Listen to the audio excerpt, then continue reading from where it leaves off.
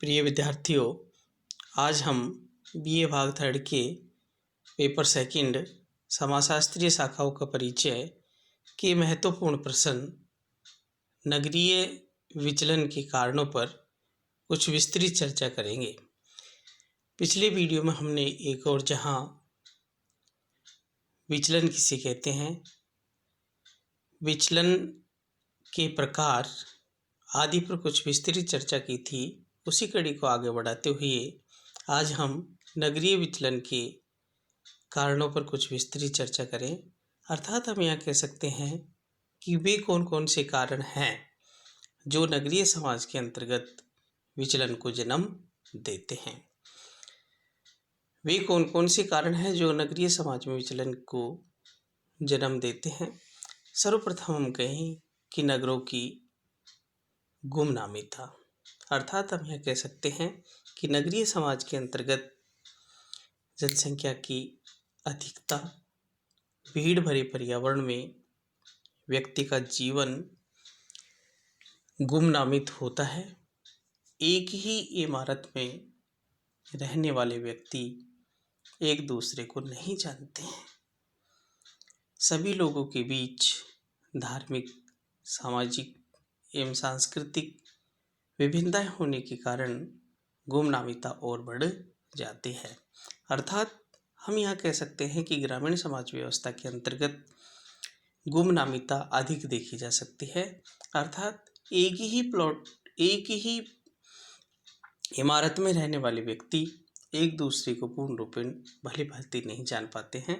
इसके साथ साथ सभी लोगों के बीच धार्मिक, सामाजिक एवं सांस्कृतिक विविधताएं होने के कारण भी आपस में गुमनामीता अधिक बढ़ जाती है। दूसरा कहें कि सांस्कृतिक शून्यता। नगरों में प्रथाओं, परंपराओं तथा नैतिक नियमों का विशेष योगदान होता है।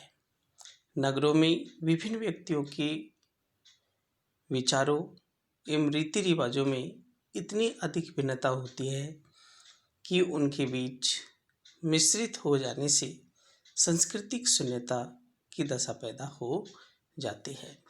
अर्थात हम यह कह सकते हैं कि नगरीय क्षेत्रों के अंतर्गत नैतिक नियमों का विशेष, प्रथाओं, परंपराओं, नैतिकताओं आदि का विशेष योगदान होता है।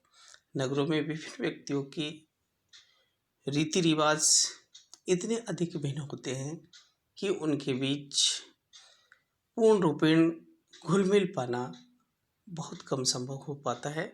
इसलिए हम कह सकते हैं कि नगरीय क्षेत्रों के अंतर्गत सांस्कृतिक शून्यता देखी जा सकती है। तीसरा हम कहें कि नगरीय समाज के अंतर्गत अलगाववाद की स्थिति को उत्पन्न करने वाले महत्वपूर्ण कारण अलगाववाद की प्रकृति है। अर्थात अलगाववाद एक ऐसी सामाजिक और मानसिक दशा है जिसके अंतर्गत व्यक्ति एक विशेष समाज में अपने आप को पृथक और पराया महसूस करने लग जाता है। अर्थात यह कहा जा सकता है कि नगरीय क्षेत्रों के अंतर्गत जनसंख्या की अधिकता होने के कारण और जनसंख्या की अधिकता के साथ साथ हम कहें कि वहाँ व्यक्ति अपने आप को पृथक महसूस करने लगता है। अर्थात अलगाववाद की स्थिति के अंतर्गत अपने आप को महसूस करने के कारण समाज में विचलन की स्थिति उत्पन्न हो जाती है। अर्थात अलगाव एक ऐसी सामाजिक और मानसिक दशा है जिसके अंतर्गत व्यक्ति एक विशेष समाज से अपने आप को पृथक या पराया महसूस करने लग जाता है। नगरीय सामाजिक परिवेश के अंतर्गत अलगाववाद की स्थिति समाज में विचलन को जन्म देती है। इसके साथ ही कहें कि परिवार के नियंत्रण में कमी। नगरीय जनसंख्या में ऐसे व्यक्तियों की संख्या भी बहुत अधिक होती है जो अपने परिवार से पृथक या एकांकी जीवन व्यतीत करते हैं और उन पर परिवार का कोई नियंत्रण नहीं हो पाता है। नगरीय संस्कृति में परिवार के वृद्ध सदस्यों की उपेक्षा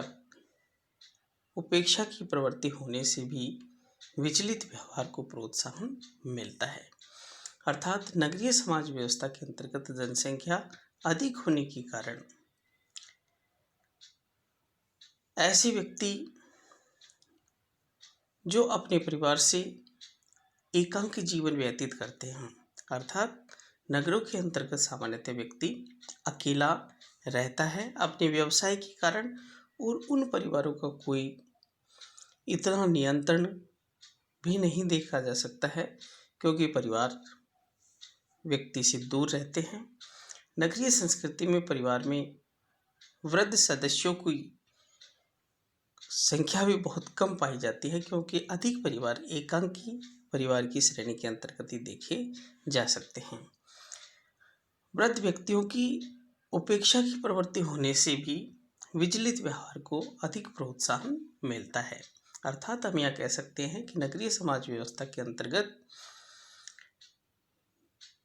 एकांकी परिवार होने के कारण तथा वृद्ध व्यक्तियों को उपेक्षा होने के कारण समाज में विचलन की स्थिति अधिक देखी जा सकती है।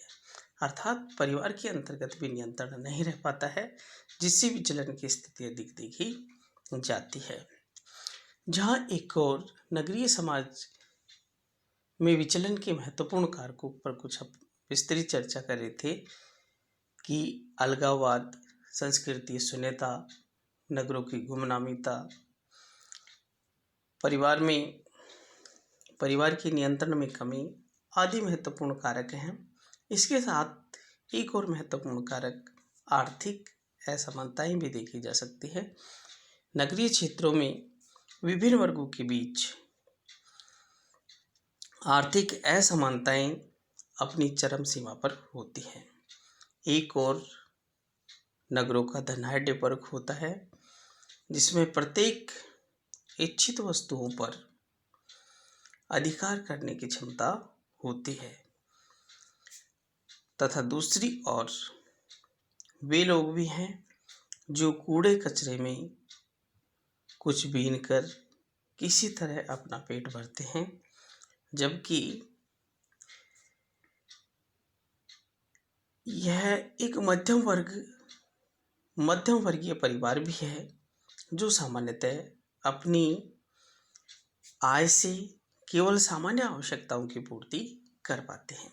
अर्थात हम यह कह सकते हैं कि नगरीय समाज व्यवस्था के अंतर्गत आर्थिक असमानताएं भी अधिक देखी जा सकती हैं।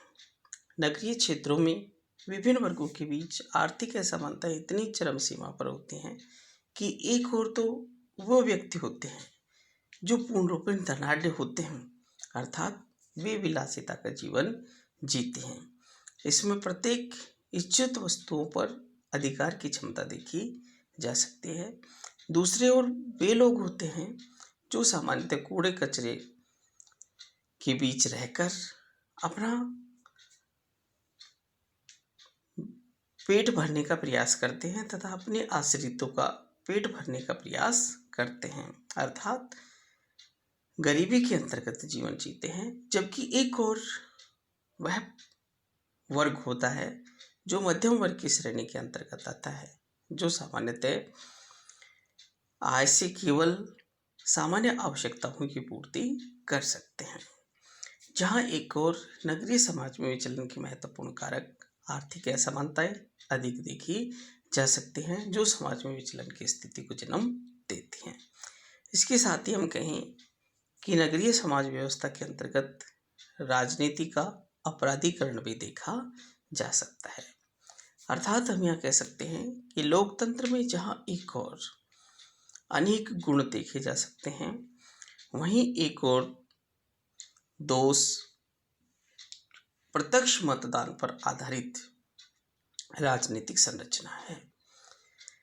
इसमें सभी लोगों को मतदान का अधिकार होता है। भारत में अनेक जातियां व उपजातियां निवास करते हैं और सभी राजनीतिक दलों का एक और उद्देश्य चुनाव में जीतना होता है।